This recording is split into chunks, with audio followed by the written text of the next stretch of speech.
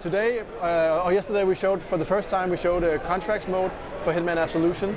It's a mode where people are allowed to revisit the levels and then have custom hits set up to play. So what we showed, for instance, was in the library in Chicago, where in the first versions we showed, 47 is actually trying to evade the police and get past undetected. We showed that we set up a custom hit on the police sergeant in the middle of the library, and that we had to take him down very up close and personal, sort of changing the whole premise for how you play the level, that you have to think about it as a hit. How do I approach my target? How do I escape? And the fact that there can be different exits than when you play in story mode. And then another thing we also showed is how you create these contracts by what we call play to create. We really know from our fans that they were really looking for us to create something for them where they could do their own custom contracts or their own custom hits. But we also knew quite early that we wouldn't really like to do an editor necessarily. We wanted it to be a little bit more both fun and have some other benefits. And that's why we came up with Play to Create, because when you're playing to create, you have to do it yourself. You go into the game world, you mark your targets, and we sort of measure what you're doing. Are you remaining undetected? Which order did you kill your targets? Which weapon did you use, and all that stuff? And that actually shapes the contract for other people to play.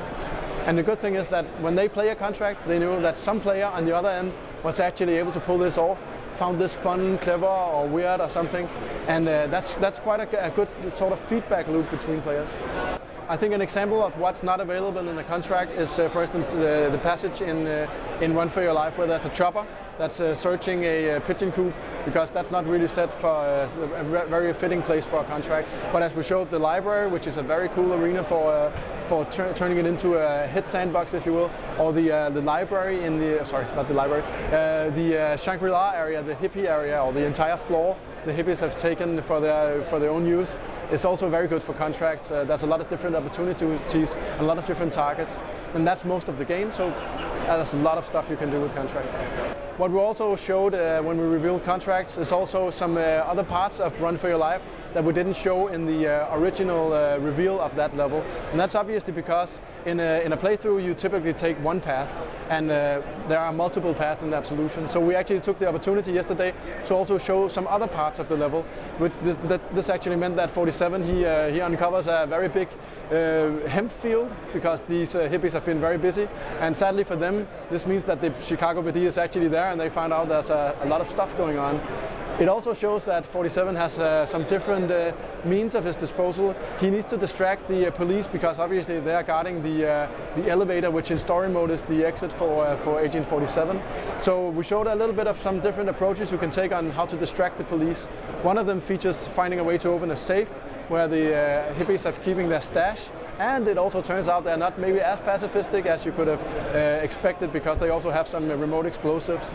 Another way is also through this area where they have their disco room. They also have a spa. We showed some different areas, an alternate spa, but also a disco room. And turning on the disco will actually provide a quite entertaining distraction for the police, allowing 47 to just slip past. And this is obviously something you can explore in story mode, but it's also, if you use this knowledge correctly, you can actually also use it in contracts mode.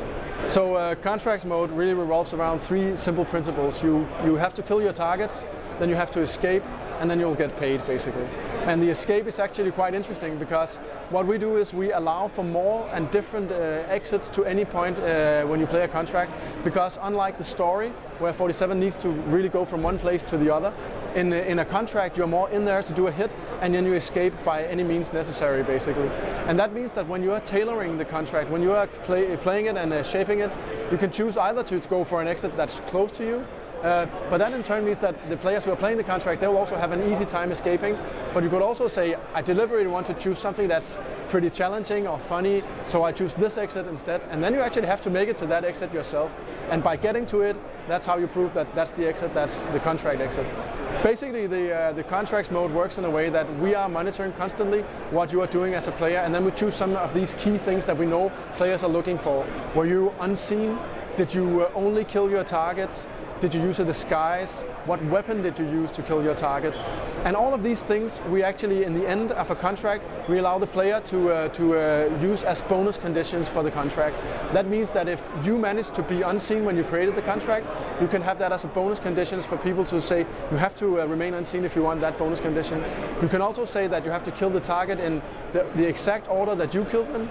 That will make the contract turn into more of a tour de force, if you will, or almost a speed run. Or you can say, no, that's not a requirement for my contract. You can say that you can kill any target with any weapon at any point. And that actually makes it a challenge to figure out, I have 3 targets and this exit, what's the optimal approach? Who do I touch first? And the way a contract works is that the first time a mark is hit, the first kill, that actually starts the clock. So you have this period where you can, this grace period where you can walk around, you can try to figure out what to do, but the first kill starts the clock and now you're on a timer, and then that's where it gets really exciting, right? Because now you're actually measured, you have to do the kills and you have to get out, and the time will actually give you a bonus as well. Alright, so Absolution is coming out November 20th, it's coming out on PlayStation 3, Xbox 360 and the PC.